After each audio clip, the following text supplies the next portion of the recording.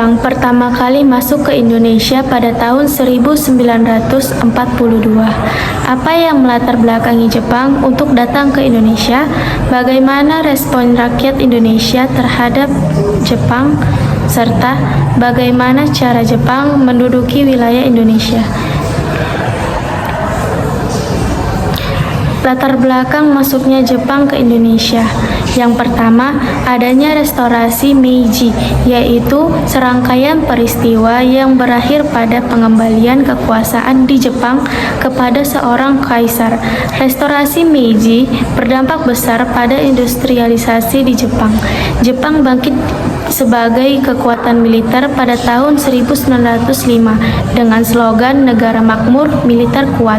Setelah tumbuh menjadi kekuatan baru, Jepang melancarkan serangan ke berbagai negara di Asia Tenggara dengan tujuan menguasai sumber daya alam. Pada pertengahan tahun 1941, Amerika Serikat melancarkan embargo minyak bumi. Embargo adalah larangan untuk melakukan perdagangan dan perniagaan kepada suatu negara. Jadi, Amerika Serikat melarang melakukan perdagangan minyak bumi terhadap Jepang. Sedangkan Jepang sangat membutuhkan minyak bumi untuk industri dan keperluan perang. Akhirnya, pada tanggal 8 Desember 1941, Angkatan Perang Jepang melancarkan serangan pengaboman Pearl Harbor untuk menyerang Angkatan Laut Amerika Serikat di Pasifik. Jepang berhasil menghancurkan pertahanan militer Amerika Serikat. Serangan Jepang juga diarahkan ke Filipina dan kemudian ke Indonesia dengan tujuan untuk mendapatkan cadangan logistik dan bahan industri perang seperti minyak bumi, timah, dan aluminium. Sebab persediaan minyak di Indonesia diperkirakan dapat mencukupi kebutuhan Jepang selama Perang Pasifik. Proses pendudukan Jepang di Indonesia pasca serangan Pearl Harbor pada Desember 1941, akhirnya pada Januari 1942, Jepang mendarat dan memasuki Indonesia melalui Ambon. Pada saat itu, KNIL dan pasukan Australia berusaha menghalangi, namun kekuatan Jepang tidak terkalahkan.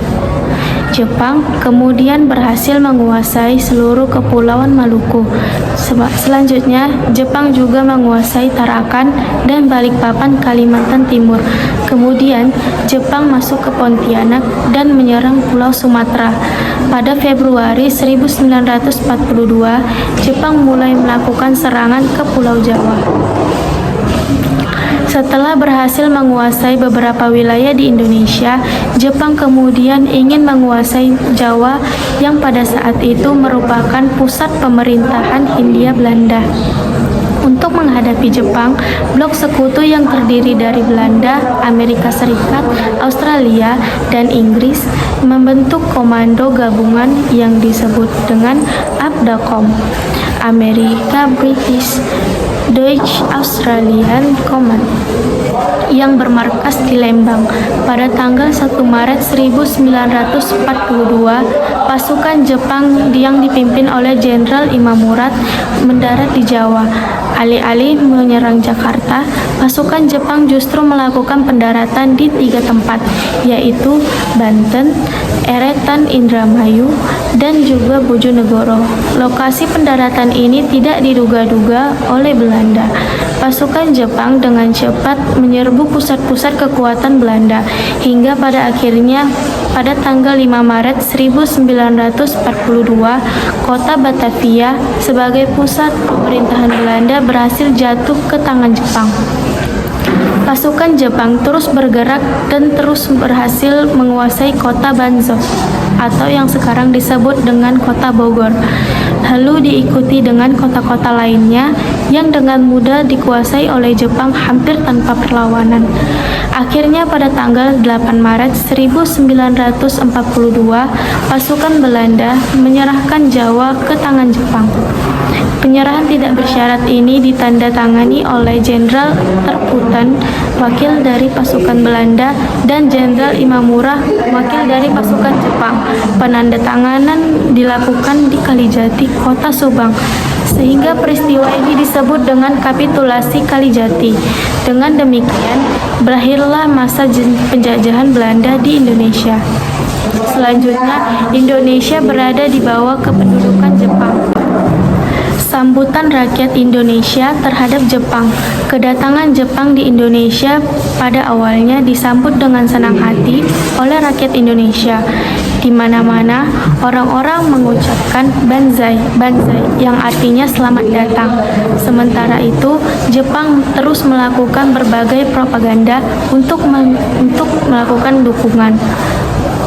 Rakyat Indonesia didoktrin bahwa kedatangan Jepang ke Indonesia untuk membebaskan Indonesia dari penjajah, serta dapat memajukan kesejahteraan. Salah satu propaganda yang dilakukan oleh Jepang adalah yaitu siaran radio. Lagu Indonesia Raya diperdengarkan di samping lagu Kimigayo. Melalui siaran radio pula, Jepang melakukan propaganda mengenai produk-produk buatan Jepang, bahwa produk mereka itu bagus dan bermutu, sehingga rakyat Indonesia dengan mudah membelinya. Selain itu, bendera merah putih juga boleh dikibarkan berdampingan dengan bendera Jepang. Propaganda juga dilakukan oleh Jepang melalui program Pan-Asia, di mana Jepang akan memajukan dan menyatukan seluruh rakyat Asia. Untuk melakukan propaganda Pan-Asia, Jepang juga membentuk gerakan 3A dengan semboyan Jepang Cahaya Asia, Jepang Pelindung Asia, Jepang Pemimpin Asia. Pembentukan pemerintahan militer Jepang di Indonesia. Sejak menduduki Indonesia, Jepang mengubah Indonesia menjadi pemerintahan yang bercorak militer. Pada pertengahan tahun 1942, Jepang membagi Indonesia menjadi 3 pemerintahan militer, yaitu Pemerintahan Militer Angkatan Darat Sumatera yang pusatnya di Bukit Tinggi, Pemerintahan Militer Angkatan Darat Jawa dan Madura yang berpusat di Jakarta. Yang kemudian pasukan ini ditambah dengan Angkatan Laut, Pemerintahan Militer Angkatan Laut untuk daerah Kalimantan, Sulawesi, dan Maluku yang berpusat di Makassar. Sedangkan susunan pemerintahannya sebagai berikut.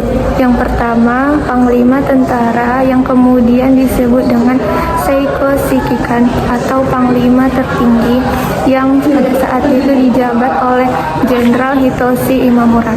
Yang kedua, Kepala Pemerintahan Militer yang pada saat itu dijabat oleh Mayor Jenderal Seizaburo Okazaki. Yang ketiga, koordinator pemerintahan, yaitu semacam gubernur ya teman-teman. Koordinator pemerintahan ini meliputi wilayah Jawa Barat yang pusatnya di Bandung, Jawa Tengah yang pusatnya di Semarang, dan Jawa Timur yang pusatnya berada di Surabaya. Jepang juga membentuk kesatuan polisi militer. Nah teman-teman, sejak membentuk pemerintahan militer ini, secara perlahan Jepang mulai melakukan perubahan, seperti menetapkan lagu kebangsaan hanya Kimigayo dan melarang lagu Indonesia Raya. Padahal sebelumnya lagu Indonesia Raya sering diperdengarkan. Selain itu, rakyat Indonesia mulai dilarang mengibarkan bendera merah putih tiap tahun. Tiap tahun rakyat Indonesia harus merayakan hari raya Takusetsu, yaitu hari lahirnya Kaisar Hirohito. Pembentukan pemerintahan sipil Jepang di Indonesia pada Agustus 1942.